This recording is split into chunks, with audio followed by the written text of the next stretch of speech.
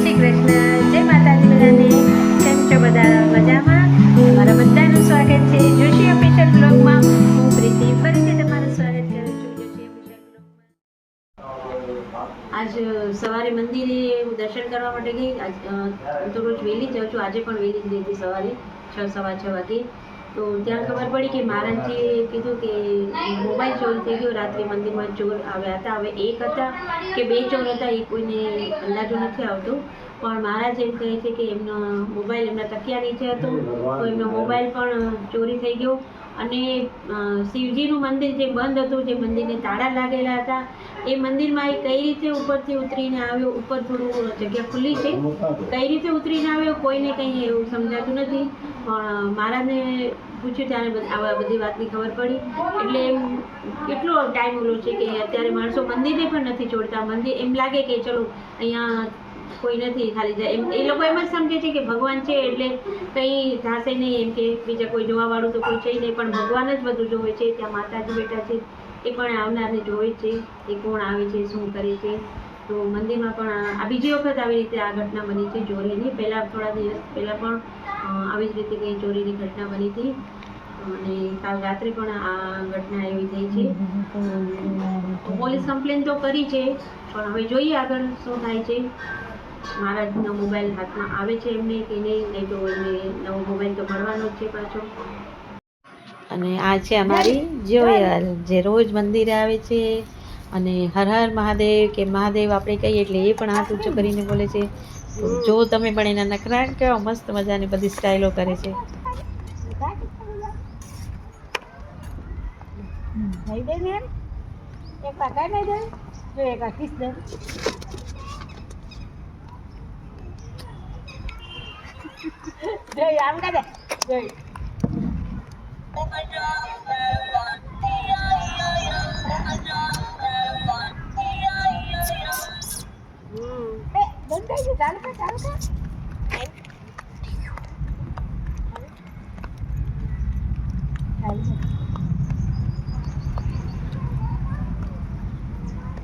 दस रोटी हो जाएंगी. लगाओ बटन लगाओ. હર હર મહાદેવ. કેમ શું થયું? કઈ ચોરી થઈ ગઈ મંદિરે? થઈ ગઈ. મારો મોબાઈલ ઉબડી ગયો. રાતે સૂતો તો ને. ક્યારે? કાલે રાતે 3 સાડા 3 ની વચ્ચે. હા.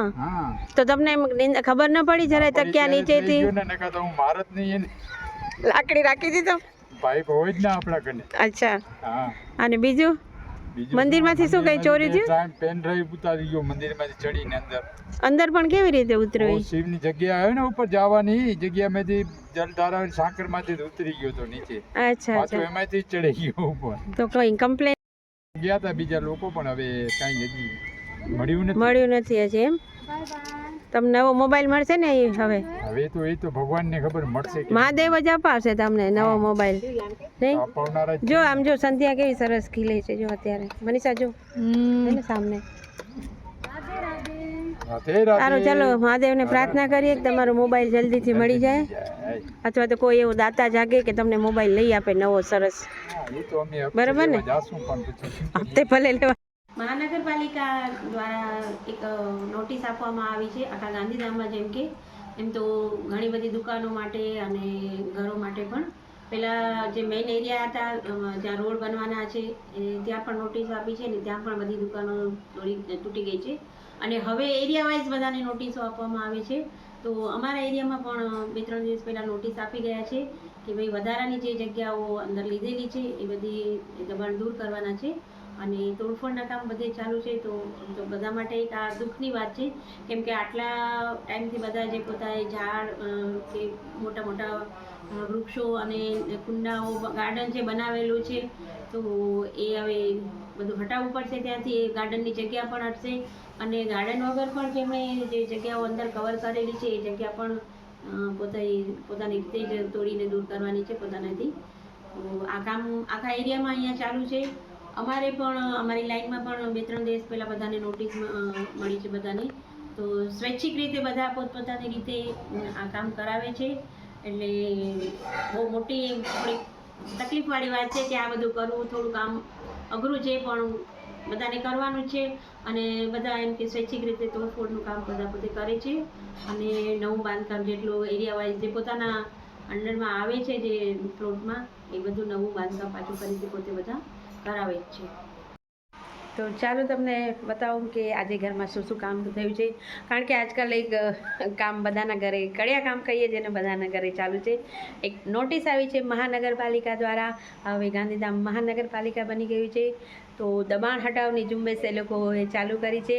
તો અમારા એરિયામાં પણ બધાને નોટિસ ઘરે ઘરે મળી ગઈ છે.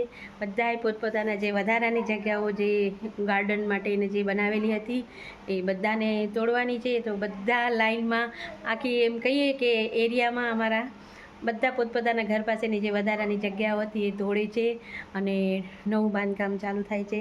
તો ચાલો તમને બતાવું. પહેલાં આંગણું અમારું ખૂબ જ આગળ સુધી વધેલું હતું, મોટું છે એમ તો, પણ હવે જે સરકારી નિયમ, સરકારી કાયદા પ્રમાણે જેટલી જમીન અંડરમાં લેવાની છે એટલી જ બધાને મળશે અને એ પ્રમાણે જ બધાએ તોડફોડ કરવાનું ચાલુ કર્યું છે ને અંદરની સાઈડથી બધા પોતાના ઘરોમાં કામ કરાવે છે. તો અમારે પણ અંદરથી કામ ચાલુ થઈ ગયું છે અને આ બહારની જે બાઉન્ડ્રી છે, જ્યાં બહારની છે, બહાર કિચનનો ભાગ છે, ત્યાં તો નાનું એવું કિચન બનેલું છે, તો એ પણ તોડવામાં આવશે અમારે અને આંગણું પણ હવે નાનું થઈ જશે. અને પ્લસ જે આ બદામનું ઝાડ છે એ અમે કાઢવાના નથી, કેમ કે ઝાડ તો છાંયો આપે છે, બધાને કોઈ પણ આવે કરે તો ઝાડ નીચે બેસવાની પણ મજા આવે, ઠંડી ઠંડી હવા લેવાની, એટલે ઝાડ નથી કાઢવાના, પણ એની જે જમીનનું જે વધારાનું બાંધકામ છે એ તોડવામાં આવશે બધાનું. અને બધા પોતપોતાની રીતે સ્વૈચ્છિક રીતે તોડીને પોતે બનાવે છે બધું સરસ રીતે, એટલે એ જ પ્રમાણે બધાએ કરવાનું છે. જોઈ શકો છો તમે પણ કે અમારે જે બાજુવાળું જે મકાન બનેલું છે એમાં પણ આવી જ રીતે એ લોકોની જગ્યા આગળ વધારેલી હતી, એમણે પણ પોતાની રીતે સ્વૈચ્છિક રીતે તોડાવી અને અંદરની સાઈડ દિવાલ લઈ લીધી છે. એટલે સરકારી નિયમ તો બધાને લાગુ જ પડે છે અને બધા માટે છે, તો એ લોકો પણ. જસુદાબેન, નોટિસ આવી છે તમને પણ? આવી ગઈ. તોડવાનું છે હવે અમને તોડવાનું છે. અમારે પણ જો બધી તોડફોડ ચાલુ જ છે અહીંયા. હવે નીતાબેનનો રૂમ એકદમ નાનો બની જશે હવે રૂમ. અમારો આંગણો નાનો થશે. તમારે પણ થઈ જશે ને નાનો હવે. નીता के मनीषा सब जगह नोटिस आ गई है, सबके घर पे तोड़फोड़ चालू है. जिनके घर पे नहीं आई है नोटिस वो खुश नहीं होवे, उनके घर पे भी नोटिस भी जल्दी पहुंचेगी. उनके घर पे भी नोटिस आने ही वाली है. अच्छी बादाम इसमें आती है तो इसको तो हम निकालेंगे नहीं. हाँ, वो बाहर की जो बाउंड्री है वो ज़रूर टूटेगी, लेकिन बादाम का जो पेड़ है वो हम ऐसे ही रखेंगे. सबके घर पे नोटिस आई है, सबके घर पे तोड़फोड़ भी चालू है. મમ્મી, તમને ખબર પડી આજ મંદિરમાં કાલ રાત્રે ચોરી થઈ ગઈ? હા, મને ખબર. મંદિરમાં એ થઈ ગઈ ચોરી અને ઘરમાં બે ઘરમાં ચોરી થયું છે. તો અત્યારે બધી તૂટફૂટ ચાલુ છે, તો સૌ પોતાના ઘરમાં સંભાળીને રહેજો, ગેટોને તાળા લગાવજો. મોબાઈલ બી ચોરી હો ગયા. મારા સુતા હતા અને ક્યારે એમના તકિયા નીચેથી મોબાઈલ સરકી ગયો, એમને ખબર પણ ખબર નથી ચોરી થઈ ગઈ. કંચનબેન ઉભા છે, એમના ઘરે પણ તોડફોડ ચાલુ છે. ચાલુ છે, અમારા ઘરે પણ તોડફોડ ચાલુ છે. એમને સંભાળજો.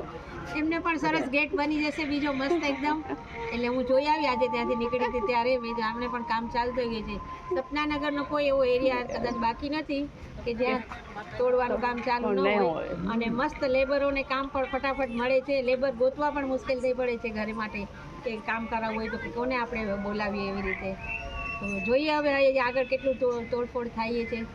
क्या क्या टूटा तुम्हारा उधर अभी? किचन टूटा और दीवार भी बाहर की जो बड़ा बाथरूम बाहर था वो भी टूट गया ना बाहर.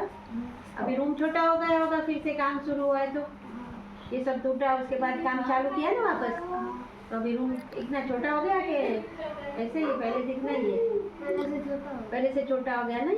बाहर वाला रूम भी छोटा हो गया, मैंने देखा अभी, और अंदर वाला रूम भी छोटा हो गया. अभी थोड़ा सामान रखने में थोड़ा एडजस्ट करना पड़ेगा ना सब, नहीं? लेकिन बनने के बाद फिर अच्छा ही लगेगा. अभी टूटा है ना थोड़ा, फिर अच्छा ही लगेगा वापस, है ना. તો મંદિરમાં પણ હવે આરતીનો ટાઈમ થઈ ગયો છે, મંદિરની આરતી થાય છે અને હું પણ જાઉં અત્યારે કિચનમાં. રસોઈ જે બની ગઈ છે અને બાકીની તૈયારીઓ પણ રસોઈની કરવાની છે. તો વિડીયોને પ્લીઝ જરૂરથી જોજો, લાઈક કરજો, સબસ્ક્રાઇબ કરજો, અને શેર કરજો કરજો. બધા સાથે.